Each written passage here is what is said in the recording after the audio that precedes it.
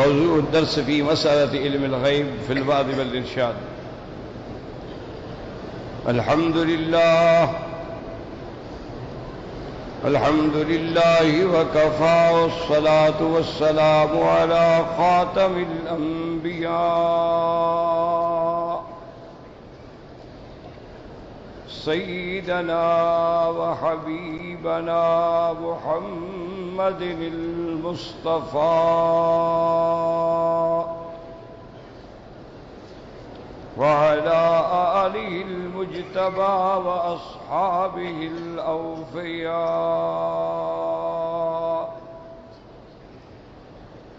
اللهم صل على سيدنا محمد النبي الأمي الهاشمي وعلى آله وأصحابه نجوم الهدى. أما بعد، فقد قال الله تبارك وتعالى في القرآن المجيد والفرقان الحميد: أعوذ بالله من الشيطان الرجيم، بسم الله الرحمن الرحيم.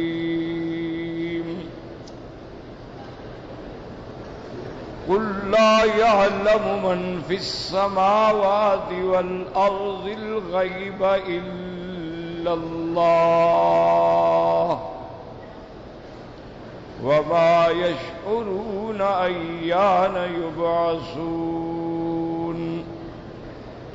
وقال في مقام آخر: بسم الله الرحمن الرحيم. قل لا أقول لكم عندي خزائن الله ولا أعلم الغيب ولا أقول إني ملك.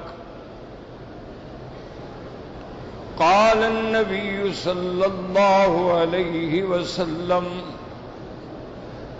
خمس لا يعلمها إلا الله. ثم قرأ: إن الله عنده علم الساعة إلى آخره. صدق الله العلي العظيم، وصدق رسوله النبي الكريم، ونحن على ذلك لمن الشاهدين ومن الشاكرين، والحمد لله رب العالمين. رب اشرح لي صدري ويسر لي أمري واحلل عقدة من لساني يفقهوا قولي. سبحانك لا علم لنا إلا ما علمتنا، إنك أنت العليم الحكيم. برادران اسلام، واجب الاحترام بزرگوں، دوستوں، بھائیوں، عزیز نوجوانوں، اللہ تبارک و تعالی کے کلام مقدس و مبارک میں سے آیات مبارکہ اور آقا انعامدار حبیب کبریا سیدنا محمد مصطفیٰ صلی اللہ علیہ وعلا آلہ واصحابہ وسلم تسلیما کثیرا کثیرا کے فرامین مبارکہ میں سے ایک حدیث تلاوت کی ہے. دعا فرمائیں کہ اللہ تبارک و تعالی اس عاجز کو مال اہل صحت عافیت کاملہ عاجلہ دائمہ اور حق بات بیان کرنے کی توفیق عطا فرمائیں. آپ کو حق سننے سمجھنے کی اور ہم سب کو حق پر چلنے کی توفیق عطا فرمائیں. پروردگار عالم تمام آنے والوں کی حاضری، حج، عبادت، زیارت منظور و مقبول فرمائیں. میں نے کل کے درس میں عرض کیا تھا کہ قرآن و سنت کی روشنی میں اور صحابہ کرام سے لے کر آج تک جتنے علماء حق ہیں ان سب کا یہ محکم عقیدہ ہے کہ عالم الغیب جو ہے وہ صرف اللہ تبارک و تعالی. علم غیب جو ہے یہ اللہ کی صفت ہے، اور اللہ تعالی کی تمام مخلوقات میں سے فرشتے ہیں، انبیاء ہیں، اولیاء ہیں، وہ اتنا جانتے ہیں جتنا اللہ نے ان کو علم دیا ہے، ان کو مطلع فرمایا ہے، ان پہ غیب ظاہر کر دیا ہے، غیب کے بارے میں خبر دی ہے. لیکن ذرے ذرے کا علم، علم محیط، علم کامل، علم ما کان و ما یکون جو ہے یہ اللہ تبارک و تعالیٰ کی صفت ہے. جبکہ دوسری جماعتیں جو ہیں ان کا یہ عقیدہ ہے کہ اللہ تعالی ذاتی طور پہ عالم الغیب ہے، لیکن انبیاء اولیاء جو ہیں وہ بھی عالم ما کان و ما یکون ہیں، ان کے پاس بھی علم غیب ہے لیکن عطائی ہے، اللہ نے ان کو سارا غیب دے دیا ہے. اس پر میں نے اب سب سے پہلے فرشتوں کے بارے میں عرض کیا تھا کہ انہوں نے بتلا دیا لا علم لنا الا ما علمتنا، ہمیں اتنا علم ہے جتنا آپ نے ہمیں دیا. حضرت آدم علیہ السلام کے بارے میں بھی میں نے بتلا دیا، آپ نے الحمدللہ سن لیا کہ اگر انہیں علم غیب ہوتا تو شیطان کے دھوکے میں نہ آتے اور اس درخت کے چکھنے کی غلطی نہ فرماتے کہ پھر دنیا میں اتارا گیا، حضرت آدم کو کہیں اتارا گیا، بی بی حوا کو کہیں اتارا گیا، اور پھر اللہ کے دربار میں جب راضی ہونے کا وقت آیا اللہ نے خود کلمات سکھلائے، ربنا ظلمنا انفسنا ان لم تغفر لنا وترحمنا لنکونن من الخاسرین. تو ان کو بھی علم غیب نہیں تھا، ان کو بھی پتہ نہیں تھا کہ کس کلمات سے میری معافی ہوگی. اللہ فرماتے ہیں فتلقى آدم من ربہ، اللہ کی طرف سے کلمات آئے، یعنی ان کو تو ان کلمات کا بھی علم نہیں تھا. اس کے بعد میں نے حضرت نوح علیہ السلام کا واقعہ قرآن کے مطابق عرض کیا تھا کہ نوح علیہ السلام نے 950 سال دعوت دی، تبلیغ کی، آخر تنگ آ کے قوم کے لیے بد دعا کی، اور بد دعا کے بعد نتیجہ یہ نکلا کہ آپ کشتی میں سوار ہو گئے اور باقی سارے کافر جو تھے وہ سوار نہ ہوئے، حتیٰ کہ آپ کا ایک بیٹا جو ہے وہ بھی سوار نہ ہوا. لیکن اللہ کے عذاب نے اس کو پکڑ لیا، اور جب حضرت نوح علیہ السلام نے اللہ سے معافی مانگی اللہ نے واضح فرما دیا کہ فلا تسألن ما لیس لک بہ علم، کہ نوح علیہ السلام مجھ سے کبھی سوال نہ کرنا جس کا تجھے علم نہ ہو. اگر عالم الغیب ہوتے تو کبھی اپنے بیٹے کے لیے دعا نہ مانگتے اور اللہ ناراض نہ ہوتے. یہ واقعات الحمدللہ میں نے کل عرض کر دیے تھے.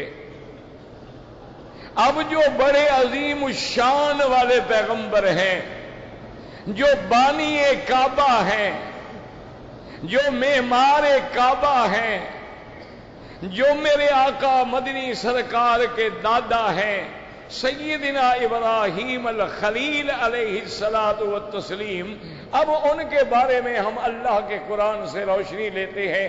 اللہ کا قرآن کہتا ہے کہ ابراہیم علیہ السلام بیٹھے تھے اور آپ کے پاس کچھ مہمان آ گئے،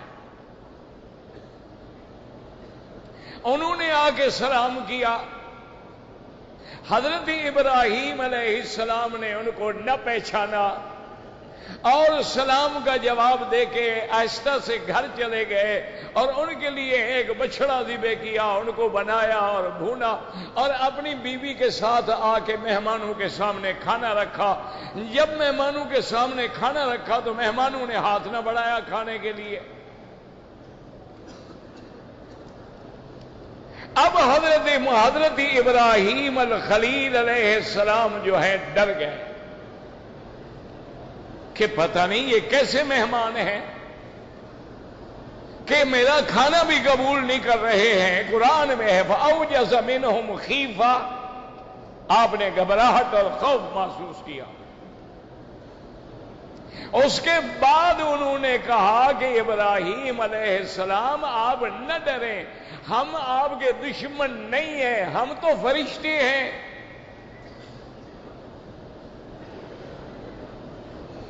اور اس کے بعد انہوں نے حضرت ابراہیم علیہ السلام کو بشارت دی. فَبَشَّرْنَاهَا بِإِسْحَاقَ وَمِنْ وَرَاءِ إِسْحَاقَ يَعْقُوبَ، اللہ نے خبر دی، بشارت دی کہ آپ کو بیٹا دیں گے حضرت اسحاق، اور اس کے بعد ان کا بھی بیٹا حضرت یعقوب ہوگا. جب یہ بشارت سنی، آپ کی بیوی جو ہے وہ ساتھ کھڑی تھی. فَأَقْبَلَتِ امْرَأَتُهُ فِي سَرَّةٍ فَسَكَّتْ وَجْهَهَا وَقَالَتْ إِنِّي عَجُوزٌ عَقِيمٌ، وہ بیوی کہنے لگی عجیب بات ہے، مجھے بچہ ہوگا.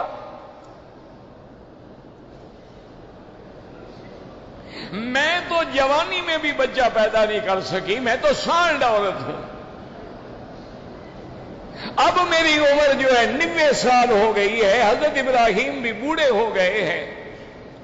یا ویلتا اَأَلِدُ أَنَا عَجُوزٌ وَهَذَا بَالِي شَيْخًا، کہنے لگے عجیب بات ہے، اب میں بچہ جنوں گی اور یہ میرا بوڑھا خامن جو ہے اب یہ پھر جوان ہو جائے گا. تو اللہ کے فرشتوں نے کہا اتعجبین من امر اللہ رحمت اللہ علیکم وبرکاتہ اہل البیت. انہوں نے کہا بی بی اللہ کے حکم پہ تعجب کر رہی ہو، اللہ جوانی دینے پہ قادر، بڑھاپا دینے پہ قادر، بڑھاپے میں چاہے تو اولاد دینے پہ قادر. تو اب حضرت ابراہیم کو پتا ہوتا کہ آنے والے مہمان فرشتے ہیں، ایمان سے کہیں ان کے لیے جا کے کھانا پکاتے، فرشتے کھانا کھاتے ہیں. اور اگر آپ کی بیوی کو بھی علم غیب ہوتا، نبی کی بیوی ہے اور پیغمبر کی ماں ہے، کوئی عام عورت نہیں ہے، یعنی آپ بی بی حاجرہ ہے، حضرت اسحاق کی اماں ہے، اس کے باوجود بھی کہتی ہے کہ مجھے بچہ کیسے ہوگا. تعجب میں پڑ گئی ہے. تو اس سے ہمیں واضح ہو گیا کہ حضرت ابراہیم الخلیل علیہ السلام کو بھی علم غیب نہیں تھا. اگر ہوتا تو آتے پہچان لیتے بھی فرشتے ہیں. اب حضرت ابراہیم علیہ السلام کے بعد یہ فرشتے جو ہے حضرت لوط علیہ السلام کے پاس آتے ہیں، اور لوط علیہ السلام بھی اللہ کے نبی ہیں اور حضرت ابراہیم الخلیل کے رشتہ دار ہیں. جب حضرت لوط علیہ السلام کے گھر میں فرشتے آئے، اب فرشتے ہیں خوبصورت نوجوان لڑکوں کی شکل میں ہیں، اور آپ کی قوم جو ہے وہ بڑی بد کردار ہے، وہ بڑی بد اتوار ہے، وہ اپنی عورتوں کو چھوڑ کے لڑکوں سے بد فعلی کرنے والی قوم ہے، اور مرد ہو کے زنانہ لباس پہننے والی قوم ہے. اور جب گناہ کرتے تو ایک دوسرے کے سامنے گناہ کرتے، کوئی شرم نہیں ہے، حیوانوں سے بھی بدتر ہیں. ان کو پتہ لگا کہ حضرت لوط کے گھر میں آج بڑے خوبصورت لڑکے آئے ہیں، ساری قوم دوڑ کے آ گئی. قرآن کہتے ہیں وَجَاءَهُ قَوْمُهُ يُهْرَعُونَ إِلَيْهِ، دوڑ کے آئے، آپ کے گھر کے باہر کھڑے ہو گئے اور حضرت لوط علیہ السلام سے کہا کہ اپنے مہمان جو ہیں وہ ہمیں دے دو.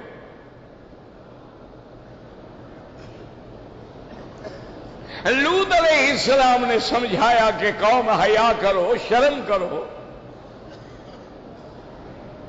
لیکن قوم جو ہے وہ نشہ گناہ میں ڈوبی ہوئی ہے.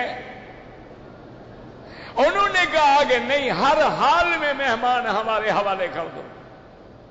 آپ درود شریف پڑھ لیا کریں.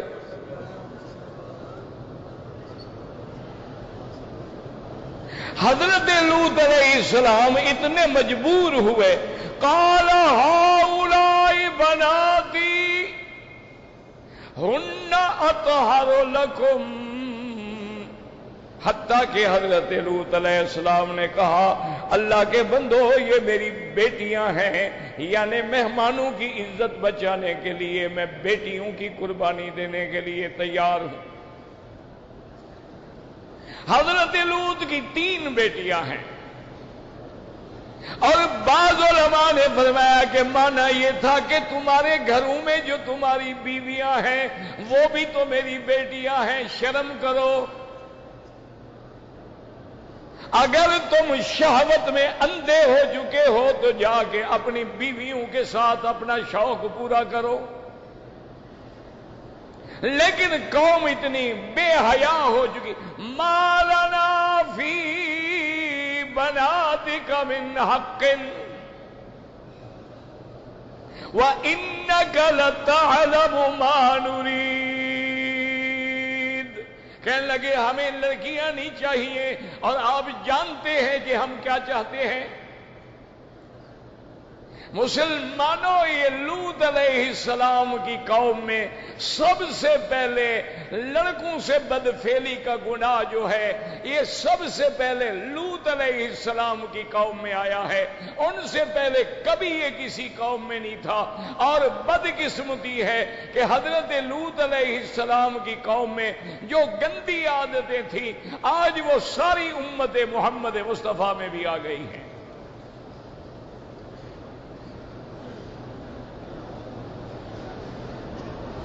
یاد رکھیں کہ حضرت لوط کی قوم جو تھی، ایک ان کی عادت تھی کہ لڑکے جو ہیں وہ لڑکیوں والے کپڑے پہنتے تھے، لڑکیوں کی طرح میک اپ کرتے تھے، لڑکیوں کی طرح بال بڑھاتے تھے، لڑکیوں کی طرح ناز و انداز میں بات کرتے تھے۔ ایمان سے کہیں آج ہمارا نوجوان بھی کیا وہ لڑکیوں والے لباس نہیں پہنتا؟ آج ہمارا نوجوان بھی گلے میں چین نہیں ڈالتا، آج ہمارا نوجوان بھی کانوں میں بالیں نہیں پہنتا، آج ہمارا نوجوان بھی ہاتھوں میں کڑے نہیں پہنتا، آج ہمارا نوجوان بھی اسی ناز و انداز سے بات نہیں کرتا۔ یعنی جو گناہ ان کی قوم میں تھا وہ اس امت میں بھی آ گیا۔ اور دوسرا گناہ ان کا یہ تھا کہ سڑک کے کنارے بیٹھ جاتے، کوئی آدمی گزرتا تو اس کو کنکریاں مارتے، ٹھٹھا کرتے، مذاق کرتے، اس کو تنگ کرتے، ذلیل کرتے، اور اگر کوئی لڑکا ہوتا اس کو بہلا پھسلا کر اپنی محفلوں میں لے جاتے اور سارے ایک دوسرے کے ساتھ اریاں ہو کے بدفعلی کرتے، کوئی حیا نہیں، کوئی شرم نہیں۔ اور آج حضور کی امت میں بھی یہ عالم ہے کہ کلب بنے ہوئے ہیں، کی کلب ہیں جہاں چابیوں کے تبادلے ہوتے ہیں کہ ہر آدمی اپنے گاڑی کی چابی ایک ڈبے میں ڈال دیتا ہے اور اس کے بعد اپنی بیوی کے ساتھ کلب میں چلا جاتا ہے، ایک خاص وقت میں اس ڈبے کو ہلایا جاتا ہے، ہر آدمی آگے چابی اٹھا لیتا ہے، جو چابی آئے گی اس کار والے کی بیوی اس کے ساتھ جائے گی۔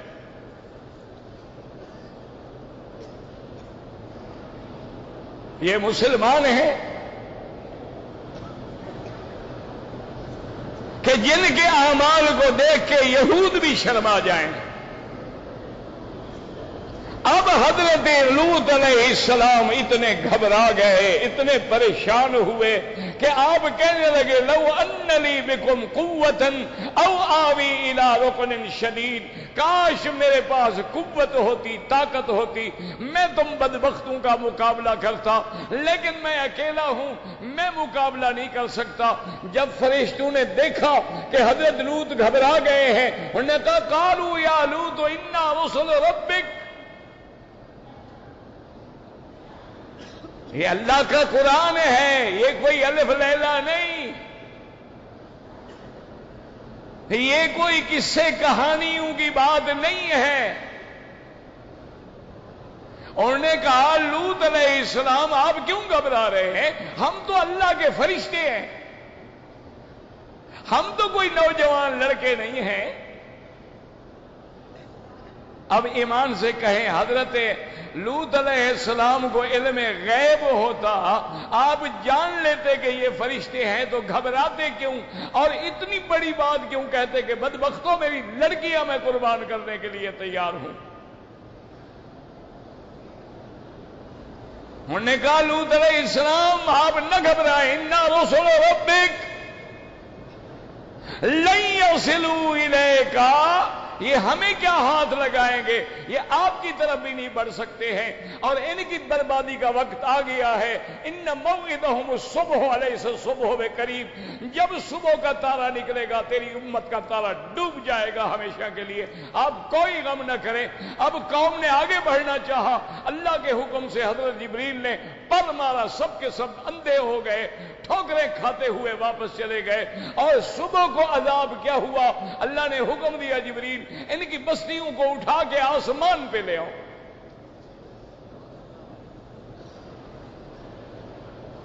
فَجَعَلْنَا عَلِيهَا سَافِلَهَا، آسمانوں تک لے گئے۔ اللہ نے فرمایا اب ان کی بستیوں کو اوندھا کر کے گرا دو، یہ لڑکوں کو جیسے اوندھا کر کے بدفعلی کرتے تھے ہم ان کو وہی سزا دیں گے۔ اب گرا دیا گیا، ایمان سے کہو آسمانوں کے قریب جا کے بستیاں الٹ لی جائیں کیا بچے گا؟ لیکن اللہ نے فرمایا کہ ان کے اوپر جہنم کے پتھر بھی برسا دو۔ اور آج بھی وہ جگہ جس ملک کو آپ اردن کہتے ہیں وہاں وہ جگہ موجود ہے جہاں قوم لوط کی بستیاں تھیں، جہاں قریہ صدوم تھا، اور آج بھی وہ جگہ جو ہے بحر میت ہے، وہاں جو پانی ہے اس میں کوئی زندہ چیز نہیں رہ سکتی، اس پانی میں آج تک بھی اللہ کے عذاب کا اثر موجود ہے۔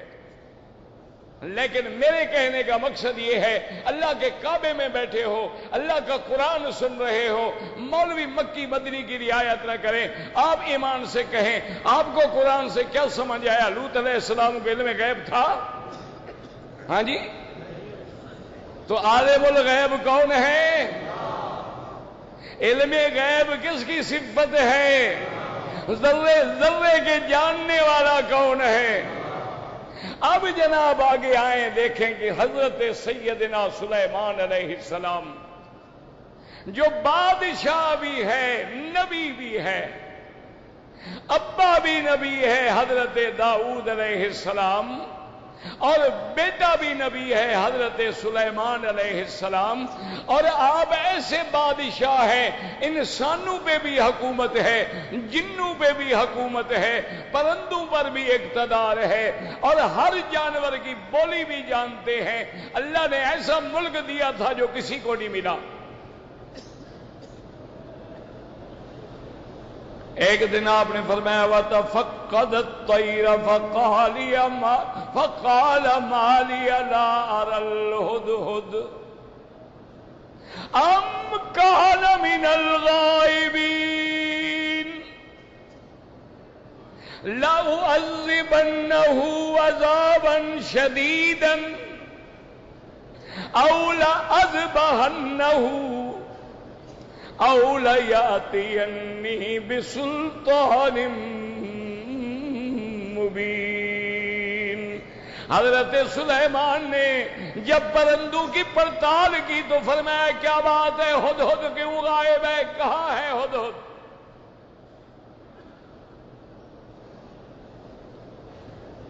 اور ناراض ہوئے، فرمایا لَأُعَذِّبَنَّهُ، میں اس کو عذاب دوں گا،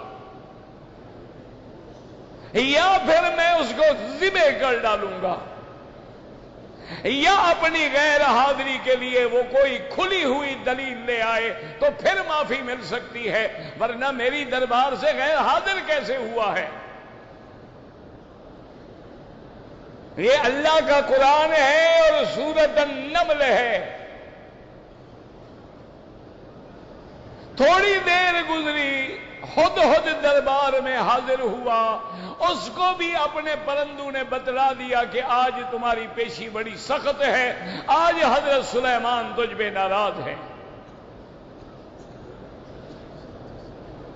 اب جب وہ حضرت سلیمان کی خدمت میں آیا اور حضرت سلیمان نے جلال سے دیکھا تو ہدہد نے کہا حضور مجرم کو ملزم کو اپنی صفائی میں بات کرنے کا تو حق ہے نا. انی احط بما لم تحط به وجئتک من سبأ بالنبأ یقین. کہنے لگا سلیمان میں ایک ایسی خبر لایا ہوں جس کا تم کو بھی پتا نہیں ہے. یہ ہدہد بھی وہاں بھی تھا شاید, کیا خیال ہے؟ یہ بھی کوئی وہابی پرندہ تھا, کہتا تجھے پتا نہیں ہے. اور نبی تو عالم الغیب ہوتے ہیں, تم کہہ رہے ہو پتا ہی نہیں ہے. آگے حضرت سلیمان نے کیا فرمایا کہ نہیں جھوٹ بول رہے ہو, میں تو عالم الغیب ہوں, مجھے تو ذرے ذرے کا پتا ہے. حضرت نے فرمایا اچھا ایسی خبر لایا, بتاؤ کیا؟ انہوں نے کہا انی وجدت امرأۃ تملکہم. ایک ملک ہے, ملک سبا ہے, قوم سبا ہے, جانب یمن ہے, ان کی بادشاہ جو ہے وہ عورت ہے, ملکہ ہے. اور حضرت سلیمان اس کے پاس ہر چیز ہے دنیا کی. وَلَهَا عَرْشٌ عَظِيمٌ, اور اس کا ایک بہت بڑا عظیم الشان تخت بھی ہے جس پر بیٹھ کے وہ فیصلے کرتی ہے. اور پھر حیرت کی بات یہ ہے کہ وہ ساری کی ساری ملکہ بھی اور قوم بھی سورج کی پجاری ہے.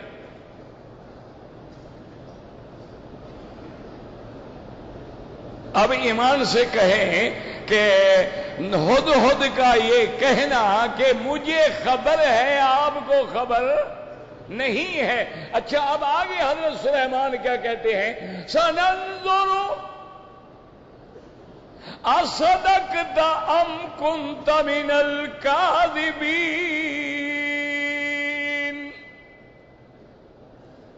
حضرت سلیمان علیہ السلام نے فرمایا کہ دیکھو ہدہد تم نے ایک رپورٹ دی ہے, ہم تحقیق کرنا چاہتے ہیں تم نے سچ کہا ہے یا جھوٹ کہا ہے. یہ میرا خط لے جاؤ اور اس ملکہ کو پہنچاؤ.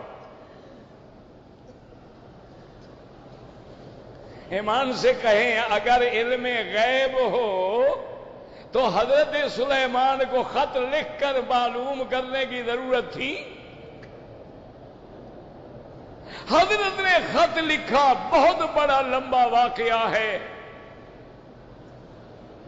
اور اس کے بعد اس ملکہ نے اپنے لوگوں سے کہا خط آیا ہے, اب کیا ارادہ ہے؟ انہوں نے کہا چاہو تو ہم جنگ کے لیے تیار ہیں. انہوں نے کہا نہیں جنگ نہیں کرتے, میں پہلے کچھ ہدایہ بھیجتی ہوں, تحائف بھیجتی ہوں, دیکھتی ہوں اگر باتوں سے مسئلہ حل ہو جائے تو لڑائی نہ ہو.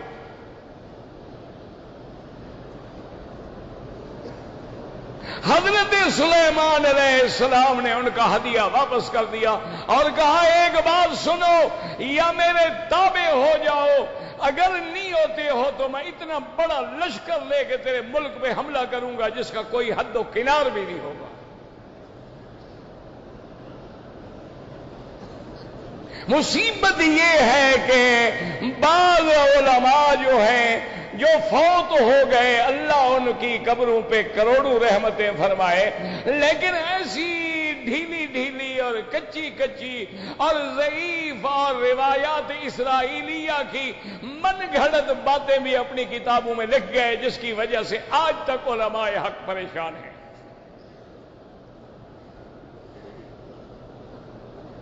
حضرت سلیمان علیہ السلام نے حکم دیا کہ ملکہ کے آنے سے پہلے اس کا تخت اٹھاؤ اور میری دربار میں لے آؤ. ایک جن تھا, اس نے کہا حضور میں لا سکتا ہوں لیکن اتنی دیر لگے گی جتنی دیر آپ مجلس کرتے ہیں. آپ نے فرمایا نہیں, مجھے اس سے بھی زیادہ جلدی چاہیے. حضرت سلیمان کے ساتھیوں میں ایک شخص تھا جو آپ کا صحابی بھی ہے اور ولی من اولیاء اللہ بھی ہے، اور اللہ نے انہیں علم غیب میں سے اسم اعظم کا علم دیا تھا۔ اس نے کہا کہ حضرت مجھے اگر حکم دیں آپ آنکھیں بند کریں میں اتنی دیر میں لاتا ہوں۔ آپ نے آنکھیں کھولی تو تخت سامنے موجود تھا۔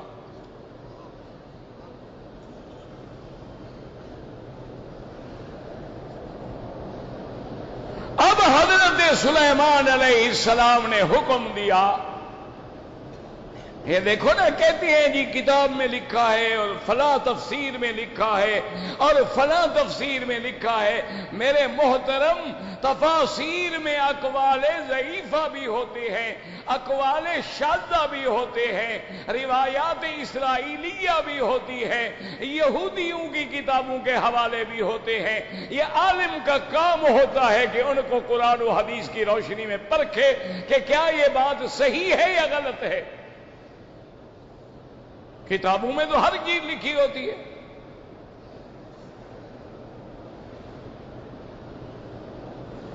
تو اب جناب حضرت سلیمان نے حکم دیا کہ بھئی ایک حوض بنائیں اور اس حوض کے اوپر شیشے کی چھت ڈال دیں اور اسی راستے سے ملکہ بلقیس کو لایا جائے۔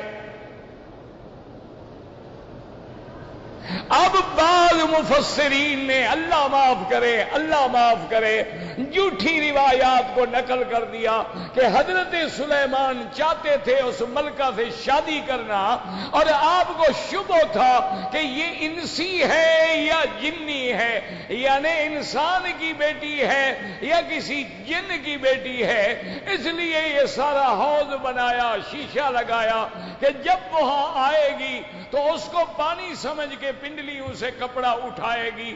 اگر پنڈلیوں پہ بال بھرے ہوئے ہیں تو وہ جنی ہے اور صاف ہے تو وہ انسی ہے۔ اللہ معاف کرے، ایمان سے کہیں، اگر پیغمبر بھی کسی کی پنڈلیاں دیکھنے کے لیے اتنا بڑا انتظام کر ڈالیں تو پھر آج کے لوگوں سے کیا گلہ ہے؟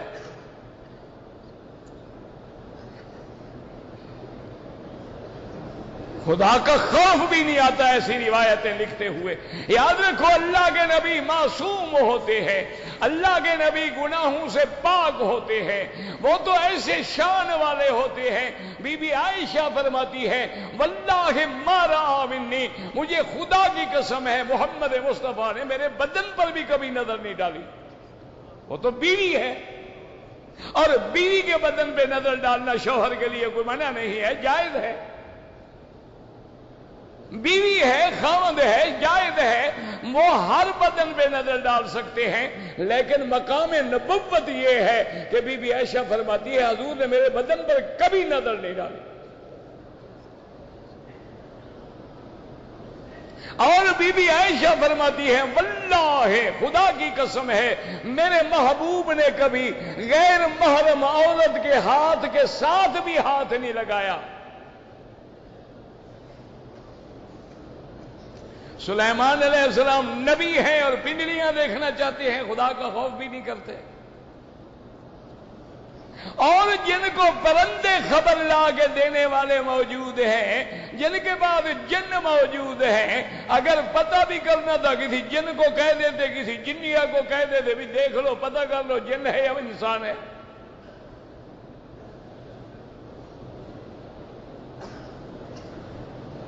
چونکہ قرآن میں ایک لفظ ہے نا، اسی پہ ٹھوکر لگ گئی۔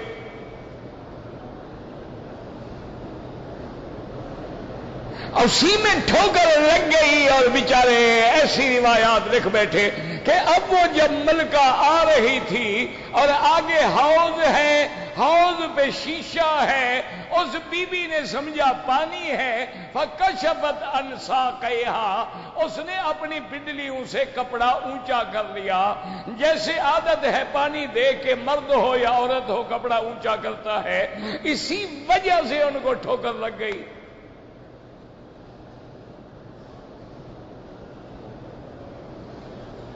یہی مشکلات ہوتی ہے کہ بڑے بڑے لوگ ٹھوکریں کھا جاتے ہیں۔ بڑے بڑے لوگ جنہوں نے قرآن کی تفسیریں لکھی ہیں ٹھوکریں کھا گئے، بڑے بڑے لوگ جنہوں نے احادیث کی شروحات لکھی ہیں ٹھوکر کھا گئے۔ کیوں؟ لازمی بات ہے کہ میدان میں کھلاڑی ہی گرتا ہے اور سمندر میں تیرنے والا ہی ڈوبتا ہے۔ جو کنارے پہ کھڑا رہے وہ کیا ڈوبے گا؟ یاد رکھو کہ پھر حضرت سلیمان نے یہ حوض کیوں بنایا؟ اصل مسئلہ سمجھو، درود پڑھو گے تو سمجھ آئے گا۔ میں نے کل بھی کہا تھا نا کہ ہاں ماشاءاللہ اس سال مجھے پہلے حاجی ٹکرے ہیں، کہو تو درود پڑھتے ہیں ورنہ چپ۔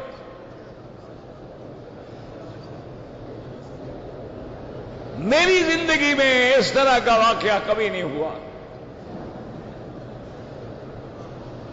ان کو درود پڑھنے کے لیے بھی کہنا پڑتا ہے حج صاحب درود شریف پڑھو، نماز پڑھو، دروازے پہ نہ بیٹھو، رستہ کھول دو، آگے عورت کھڑی ہے عورت کو سمجھا دو پیچھے چلی جائے۔ نہیں، سوال ہی پیدا نہیں ہوتا۔ بیوی کو ساتھ کھڑا کر کے نماز پڑھے گا چاہے حرم کی نمازیں برباد ہو جائیں۔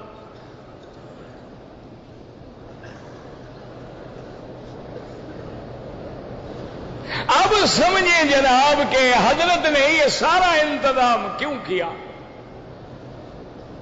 حضرت اس کو توحید کا سبق پڑھانا چاہتے تھے کہ ملکہ جیسے تم نے شیشے کو دیکھ کے دھوکا کھایا، شیشہ مظہر ہے، پانی کے دکھانے والا ہے، پانی نہیں ہے، پانی تو نیچے ہے، اوپر چھت ہے شیشے کی، تو شیشے سے پانی نظر آ رہا ہے، یہ پانی دکھانے والا ہے۔ اسی طرح سورج جو ہے وہ اللہ کی قدرت کا مظہر ہے، اللہ کے کمال قدرت کو دکھانے والا ہے۔ تم نے اس کو خدا بنا لیا جو خدا کی مخلوق ہے۔ جیسے تم نے وہاں دھوکا کھایا یہاں بھی دھوکا کھا رہی ہو۔ اس لیے قرآن کہتا ہے قالت رب انی ظلمت نفسی واسلمت مع سلیمان۔ اب بی بی نے کہا مولا واقعی میں نے اپنے جان پہ ظلم کیا، میں نے وہاں بھی دھوکا کھایا یہاں بھی دھوکا کھایا، اب میں توبہ کرتی ہوں اور کلمہ پڑھ کے حضرت سلیمان کے ہاتھ پہ مسلمان ہوتی۔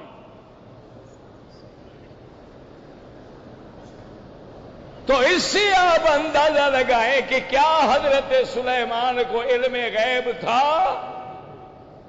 لیکن اللہ رحمت کرے میرے مولوی بھی بڑے تیز ہیں، وہ کہتے ہیں وہابیو سلیمان تو نبی ہے، علم غیب تو چیونٹی کو بھی ہوتا ہے۔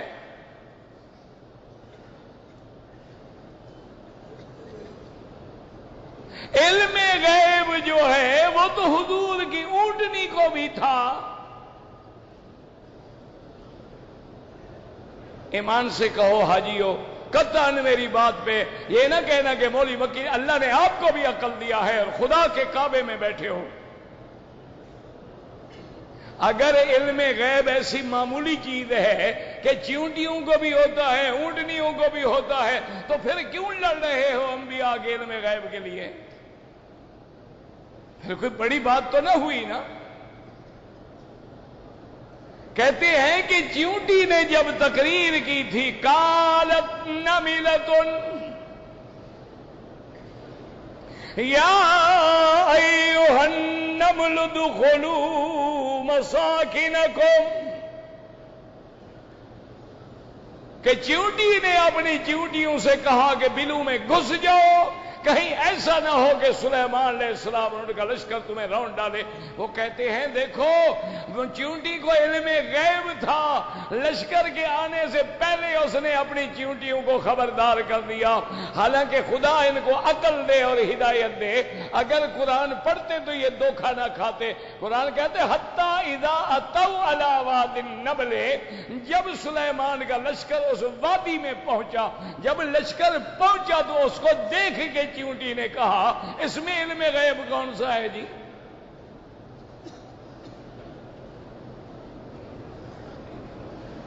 کہتے ہیں جناب صحیح حدیث میں ہے کہ جب سرکار مدینہ رحمت دو عالم محبوب دو عالم پہلی دفعہ مدینے میں تشریف لے گئے تو مدینے والوں کی تمنا تھی میرے گھر میں رہیں، میرے گھر میں رہیں، میرے گھر میں رہیں۔ حضور نے فرمایا مدینے والوں ناراض نہ ہو جاؤ، صفیں بنا کے کھڑے ہو جاؤ، میں درمیان میں گزروں گا، جہاں میری اونٹنی بیٹھ جائے گی میں وہی مہمان بنوں گا۔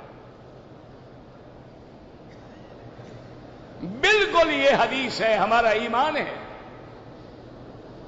یہ صحیح حدیث ہے۔ حضور کی اونٹنی چلتی گئی چلتی گئی چلتی گئی اور اس کے بعد ابو ایوب انصاری کے گھر کے سامنے جا کے بیٹھ گئی۔ حضور نے فرمایا مدینے والوں اب میں ابو ایوب کا مہمان ہوں۔ یہ حدیث میں ہے کہ نہیں؟ وہ کہتی ہیں جناب اونٹنی کو علم غیب تھا تو بیٹھ گئی نا، اس کو پتا تھا یہ ابو ایوب کا گھر ہے، اس کو پتا تھا حضور نے یہاں ٹھہرنا ہے، تو جب اونٹنی کو بھی علم غیب ہو تو نبی تو بڑی شان ہوتی ہے۔ حالانکہ یہ کتنی بڑی جہالت ہے، آگے حدیث پڑھتے تو کبھی ٹھوکر نہ کھاتے۔ حضور نے فرما دیا تھا جب سارے اداس ہو گئے کہ بھی ہم مہمانی سے محروم ہو گئے، آپ نے فرمایا انہا مامورۃ، اس کو اللہ کا حکم تھا، جہاں بیٹھی ہے اللہ کے حکم سے بیٹھی ہے۔ اس میں کہاں سے علم غیب آ گیا؟ جہاں اللہ حکم دے بیٹھ جاؤ بیٹھ گئی۔ اسی طرح آپ دیکھیں کہ سیدنا موسیٰ علیہ السلام کلیم اللہ ہے، یعنی یہ وہ شان والا پیغمبر ہے جس سے اللہ نے بغیر واسطے کے کلام فرمایا ہے، ورنہ اللہ بغیر واسطے کے کلام نہیں فرماتے۔ یا فرشتہ آتا ہے یا اللہ بات دل میں ڈال دیتے ہیں، براہ راست اللہ کلام نہیں کرتے۔ لیکن یہ موسیٰ علیہ السلام کی شان ہے کہ اللہ نے کلام کیا ہے۔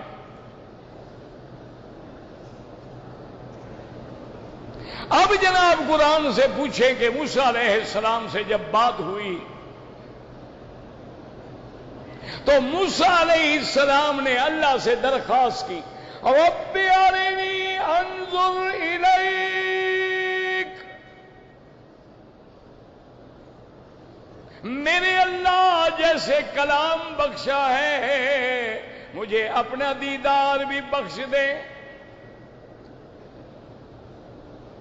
اللہ نے فرمایا قال لن ترانی ولكن انظر الى الجبل،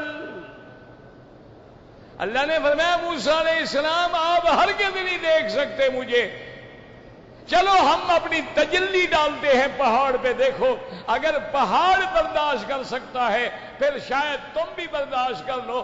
اللہ نے تجلی ڈالی، پہاڑ ریزہ ریزہ ہو گیا، فخر موسیٰ صاعقا، موسیٰ علیہ السلام بے ہوش ہو کے گر گئے۔ جب ہوش ہے انہوں نے کہا تبت الیک، مولا میری توبہ ہے، میں پھر ایسا سوال نہیں کروں گا۔ اب علم غیب ہوتا تو سوال کرتے نہیں۔ آپ بتلائیں نا کہ اگر موسیٰ علیہ السلام عالم الغیب ہوتے تو اللہ سے وہ بات مانگتے جس پہ اللہ ناراض ہو گئے۔ حضرت سیدنا موسیٰ علیہ السلام ایک دن منبر پہ کھڑے ہیں، ایک آدمی نے سوال کیا،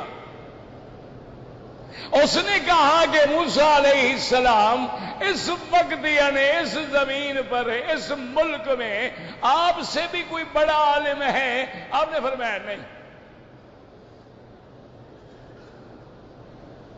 اور حقیقتاً تو ٹھیک بات ہے، نبی سے بڑا عالم کون ہو سکتا ہے؟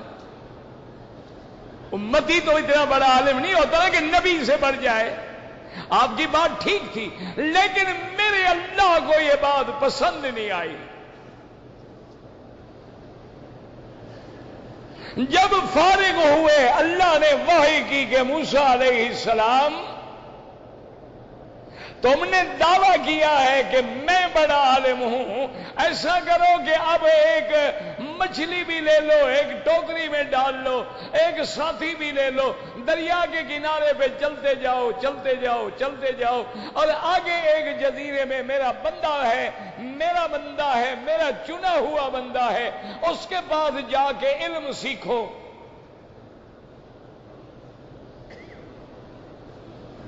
کیسے تم نے دعویٰ کر دیا کہ میں سب سے بڑا عالم ہوں؟ ابھی تمہیں علم سیکھنے کی ضرورت ہے۔ میرا اللہ، مجھے کیسے پتہ چلے گا وہ بندہ کہاں ہے، کس جزیرے میں ہے؟ ایمان سے کہیں عالم الغیب بھی پوچھتے ہیں۔ پھر اللہ نے کیسے امتحان میں ڈالا؟ فرمایا موسیٰ علیہ السلام مچھلی لے کے چل پڑو، جہاں مچھلی تیری اس یعنی ٹوکری سے نکل کے دریا میں چل پڑے، سمجھ لو وہی راستہ ہے، اسی راستے پہ تمہارا بندہ ملے گا۔ تم بڑے عالم ہونے کا دعویٰ کر رہے ہو، اللہ نے مچھلی کا محتاج کر دیا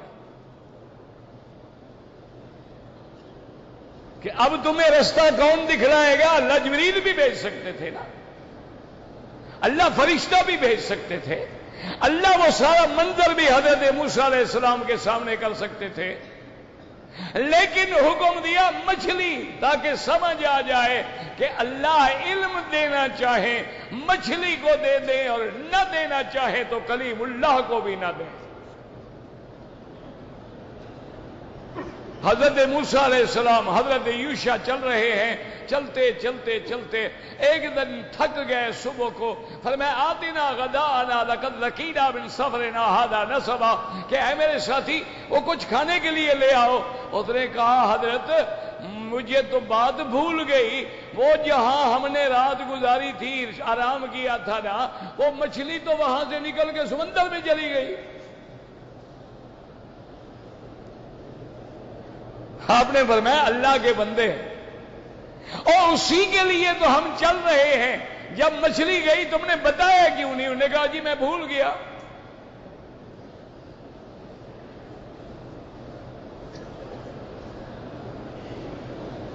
اب حضرت موسیٰ علیہ السلام نے حکم دیا کہ واپس چلو۔ ایمان سے کہو عالم الغیب ہوتے تو مچھلی نکلنے کا علم نہ ہوتا؟ واپس چلے آئے، آگے آگے دیکھا اللہ کی شان ہے، جہاں مچھلی دریا میں گئی تھی نا وہاں راستہ بن گیا پانی پر۔ حضرت موسیٰ علیہ السلام چل پڑے، آگے آئے، ایک جزیرہ تھا، یعنی سمندر میں زمین خشک تھی، وہاں ایک اللہ کا بندہ چادر لیے ہوئے سر سے لے کر پاؤں تک لپیٹا ہوا سو رہا تھا۔ حضرت موسیٰ علیہ السلام گئے اور کہا السلام علیکہ، جب سلام کیا تو اس نے اسی طرح کپڑے میں لیٹے لیٹے جواب دیا وعلیک السلام، اور اس کے بعد پھر اٹھے اور پوچھا کہ میں نے این علمت السلام، تم نے یہ سلام کہاں سے سیکھا ہے؟ موسیٰ علیہ السلام بھی جلالی پیغمبر تھے نا، وہ بھی جلال میں آگے، انہوں نے کہا کمال کرتے ہو، میں اللہ کا نبی ہوں، میں کلیم اللہ ہوں، میں موسیٰ ہوں، مجھے سلام بھی نہیں آتا۔ انہوں نے کہا موسیٰ علیہ السلام اتنا غصے کرنے کی کیا ضرورت ہے؟ اگر تمہیں سب کچھ آتا ہے جاؤ اپنا کام کرو، میرے پاس کیا کرنے آئے ہو؟ انہوں نے کہا ناراض نہ ہوں، میں آپ کے ساتھ رہنا چاہتا ہوں، آپ سے کچھ علم حاصل کرنا چاہتا ہوں۔ حضرت خضر نے فرمایا کہ موسیٰ علیہ السلام تمہاری طاقت ہی نہیں ہے میرے ساتھ رہنے کی، انک لن تستطیع معی صبرا، میرے ساتھ رہو گے تم صبر ہی نہیں کر سکتے۔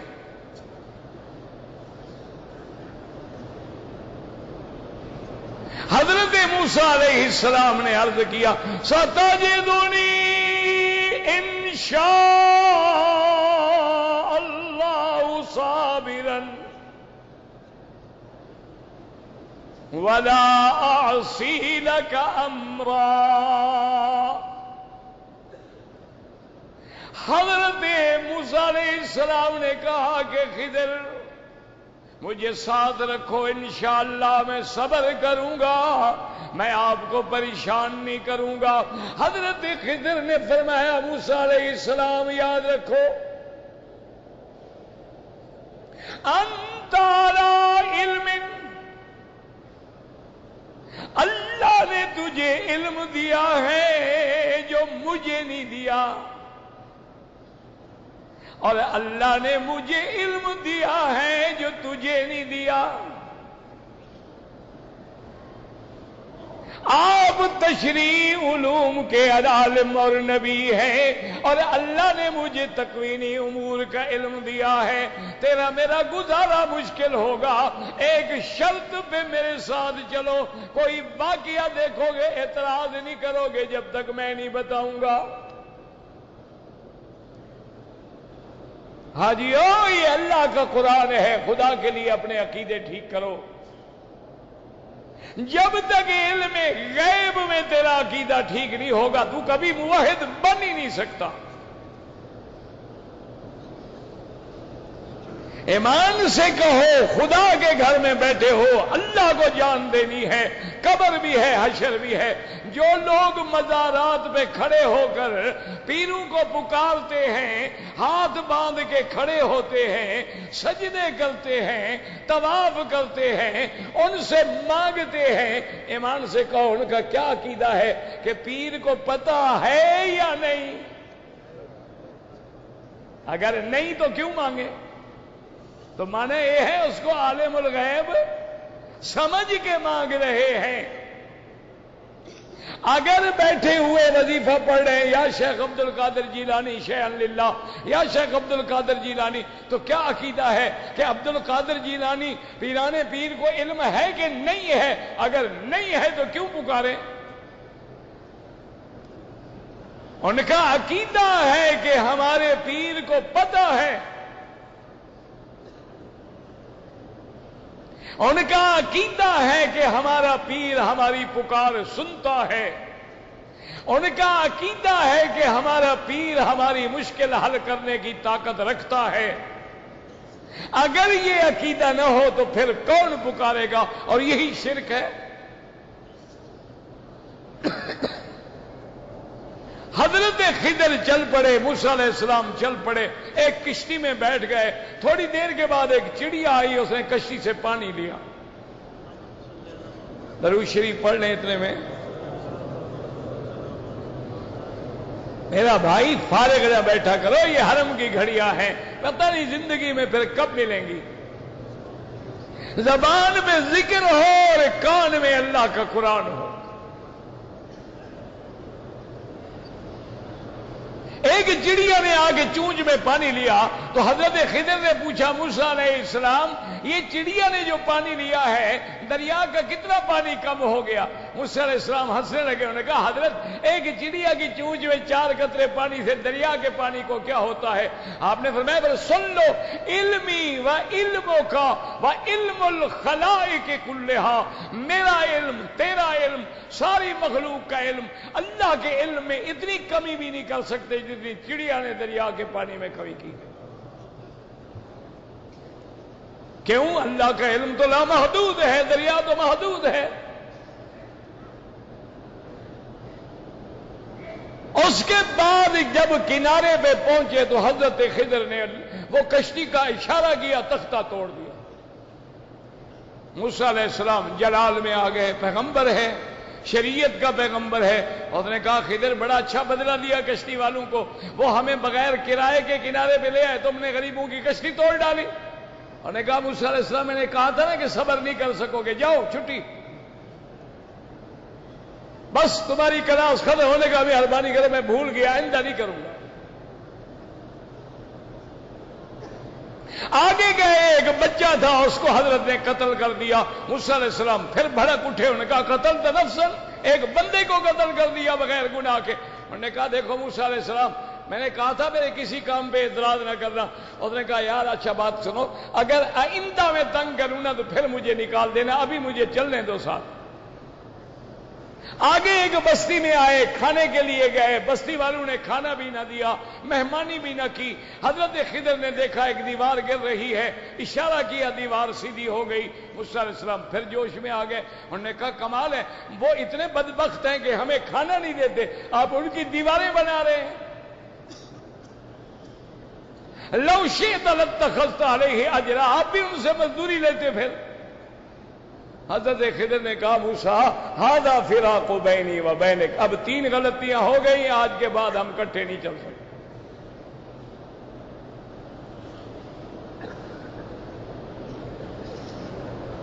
اور یہاں پر بھی میری مولوی برادری نے معاف نہیں کیا، انہوں نے کہا دیکھو خضر کو علم غیب تھا تو کشتی توڑ دی، خضر کو علم غیب تھا کہ یہ لڑکے کی وجہ سے والدین کفر میں آئیں گے، تو علم غیب تھا، اور حضرت خضر کو علم غیب تھا تو دیوار سیدھی کر دی کہ خزانہ نیچے سے نہ نکل جائے، تو یہ تو علم غیب کی دلیل ہے، لیکن سارا قرآن نہیں پڑھتے، آدھا پڑھتے ہیں۔ اور آگے حضرت نے بتایا کہ بادشاہ کشتیاں پکڑ رہا تھا، ان کو بچانے کے لیے میں نے تختہ توڑا تھا، اور لڑکے کی وجہ سے اس کا خاندان گمراہ ہوتا، اس لیے میں نے قتل کیا تھا، اور اس دیوار کے نیچے یتیموں کا خزانہ دفن تھا، اس لیے میں نے دیوار کو سیدھا کر دیا۔ وما فعلتہ عن امری، یہ میں نے اپنے علم یا اپنے منشے سے نہیں کیا، یہ اللہ کا حکم تھا، میں کرتا گیا۔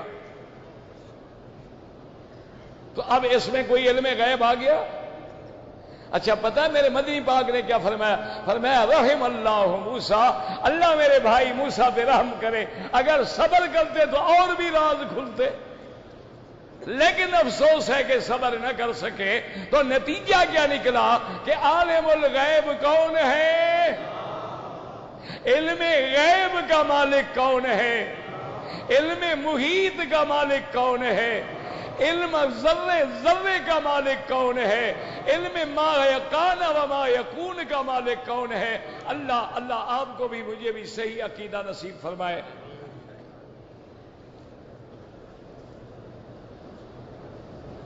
کہتے جی کہ اولاد نہیں ہے، پہلے تو میرا بھائی علاج کراؤ، چیک اپ کراؤ، اور اس کے بعد قرآن میں آیت ہے رب لا تذرنی فردا وانت خیر الوارثین، اس آیت کو زیادہ پڑھ پڑھ کے دعا مانگا کرو۔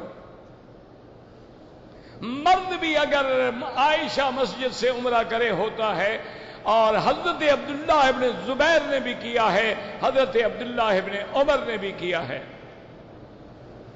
عورتوں کو قبروں پہ جانے سے حضور نے منع فرمایا ہے۔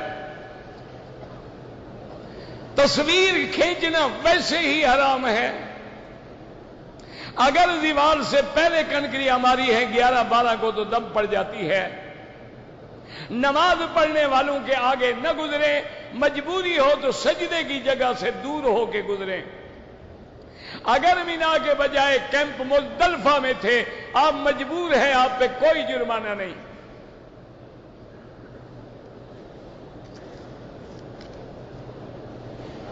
کسی کو بد دعا نہ کریں، یہ بھی تو دعا کر سکتے ہیں نا کہ اللہ تو اس ظالم کو میرا دوست بنا دے، اس کے دل میں رحم ڈال دے، ہدایت کر دے، اور تیرے علم میں اس کی ہدایت نہیں ہے تو مجھے اس کے شر سے بچا دے۔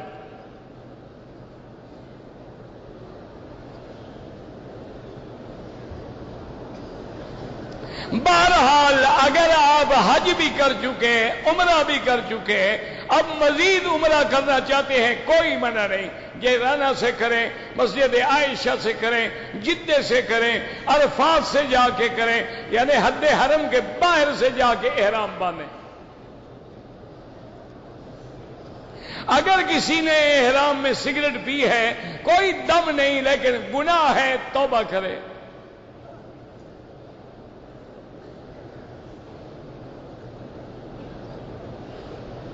بہرحال اگر حالت احرام میں کسی عورت کے لگنے سے آدمی کے جذبات شہوت بھڑک اٹھے، توبہ کرو، لا حول پڑھو، استغفار پڑھو، اعوذ باللہ من الشیطان الرجیم پڑھو۔ آپ میرے لیے دعا کرتے ہیں، آپ کی بہت مہربانی۔ ایصال ثواب کا معنی یہی ہوتا ہے کہ آپ نے قرآن پڑھا، آپ نے نفل پڑھی، اللہ سے دعا کی اللہ اس کا ثواب ہمارے فلاں فلاں رشتہ داروں کو عطا فرما۔ قرآن و حدیث کی روشنی میں 5 میقات ہیں، اور مکے والوں کے لیے مسجد عائشہ میقات ہے۔ حضور نے بتلا دیا تھا، اسی لیے بی بی کو فرمایا کہ وہاں سے جا کے احرام باندھو۔ ہمیں کچھ لوگوں نے پیسے دیے تھے کبوتروں کو دانا ڈالنے کے لیے، بالکل ڈالیں، ایسی جگہ ڈالیں جہاں پاؤں میں نہ آئے۔ میں حنفی مسلک پہ ہوں، میں نے پہلے قربانی کی، پھر کنکری ماری، ترتیب ٹوٹ گئی تو دم پڑ گیا۔ لیکن اگر آپ غریب ہیں، ائمہ ثلاثہ کے نزدیک ترتیب نہیں ہے، اور حنفی حضرات میں صاحبین کے نزدیک بھی ترتیب واجب نہیں ہے۔ حج کرنے کے بعد تمہارے عقیدے میں، تمہارے عمل میں تبدیلی آئے۔ مردوں کو پاجامہ ہو، شلوار ہو، کرتا ہو، ٹخنے کے نیچے نہیں ہونا چاہیے۔ ہمارے ملک میں جمعہ والے دن نماز کے بعد چند لوگ کھڑے ہو کے صلاۃ و سلام پڑھتے ہیں، یہ خالص بدعت ہے۔ اگر یہ دین ہوتا تو ابو بکر، عمر، عثمان و علی پڑھتے۔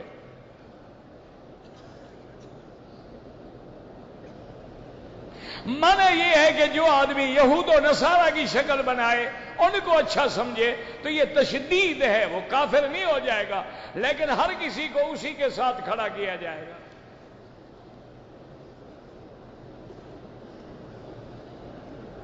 اگر میری بیلٹ باندھنے سے کوئی بال اکھڑ گیا، کوئی جرمانہ نہیں۔ بہرحال انشورنس میں اور بینکوں میں نوکری نہ کریں، دوسری تلاش کرو، جب مل جائے تو چھوڑ دو۔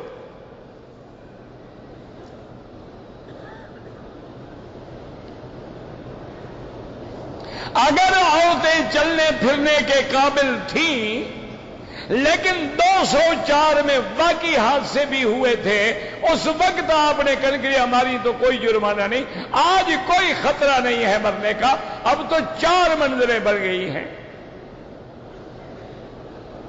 قرآن کریم میں نماز پڑھو گے تو جہاد کرو گے، جب نماز ہی نہیں ہوگی تو جہاد کیا مانا؟ نماز کے بغیر تو آدمی مسلمان ہی نہیں، جہاد کیسے ہوگا؟ اگر آدمی اپنی بیوی سے پوچھے بغیر بوسہ لے لے، اب یہ مسئلہ مولوی مکی صاحب حل کرے، یعنی تمہیں بیوی پر بھی اتنا اختیار نہیں کہ بغیر پوچھے بوسہ لے سکے۔ پہلے عرض کرو گے کہ مجھے اجازت ہے، excuse me sir, I case you, کوئی شرم کرو یار۔ کہتے جی کہ دل پر جو زنگ ہے کیسے دور ہوگا؟ زیادہ استغفار کرو اور زیادہ میرے مدنی پاک پہ درود پڑھو۔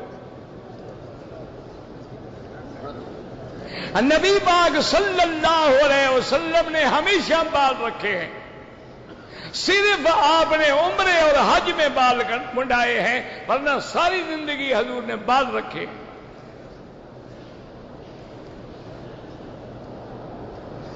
عورت برابر ہو تو حنفی مسلک میں نماز نہیں ہوتی، آگے ہو تو نہیں ہوتی۔ کہتے جی یہاں تو ہر صف میں کھڑی ہوتی ہیں، تو آپ کوشش کیا کریں، ہم بھی تلاش کرتے ہیں، جگہ دیکھتے ہیں، کسی ستون کے پیچھے کھڑے ہو جاؤ یا وہاں ہو جہاں مرد زیادہ ہیں، ڈھونڈو تو صحیح نا، کوشش تو کرو۔